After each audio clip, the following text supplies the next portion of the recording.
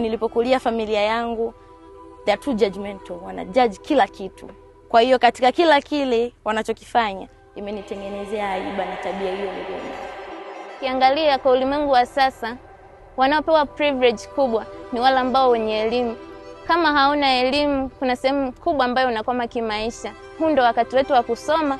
Wakati ukishapita, ina maana it means ulipoteza na muda haurudi nyuma. The school motto of Kagera River Girls is education for revelation. Hii shule tulipo ni shule ya sayansi. Kija kuangalia michepuo yote ya kidato cha 6 ni michepuo ya sayansi.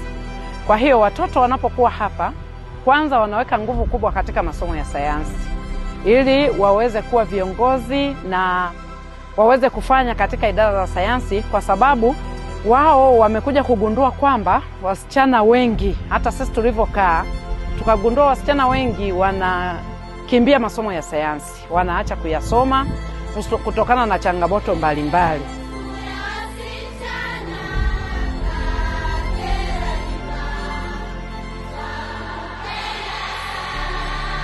Kwa wanafunzi wote hapa Tanzania, hebu tufanye kwa bidii. Hatuwezi kuishukuru serikali, hatuwezi kutoa kodi kuilipa serikali, hatuwezi kutoa kodi, hatuwezi kutoa pesa wala shukurani kwa ajili ya haya tunayofanyiwa.